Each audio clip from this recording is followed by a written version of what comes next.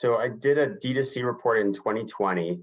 I think that was probably the origination of our conversation on this topic. I just refreshed it a month or so ago.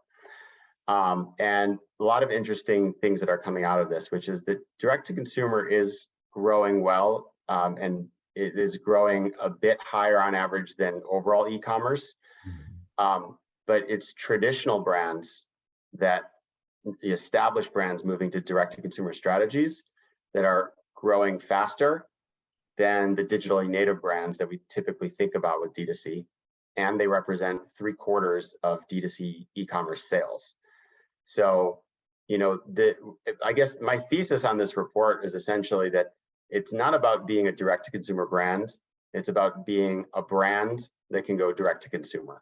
It's about the strategy itself should be in service of a brand that has the power to do that. Now, the D2C movement lowered barriers to entry. So any brand that was resonating with the consumer could kind of get off the ground. But what we've seen is that scaling has become the challenge, right?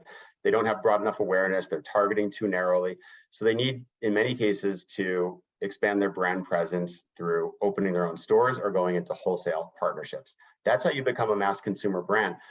Then, if you're mature enough and you have a great brand where you have pricing power over the consumer and you can bring them to you, and Nike is the best example of this, you can then start pruning your distribution partners, take back that retailer margin, and have it drop to your bottom line, because you can start funneling those consumers through Nike.com. Now, not every brand is Nike.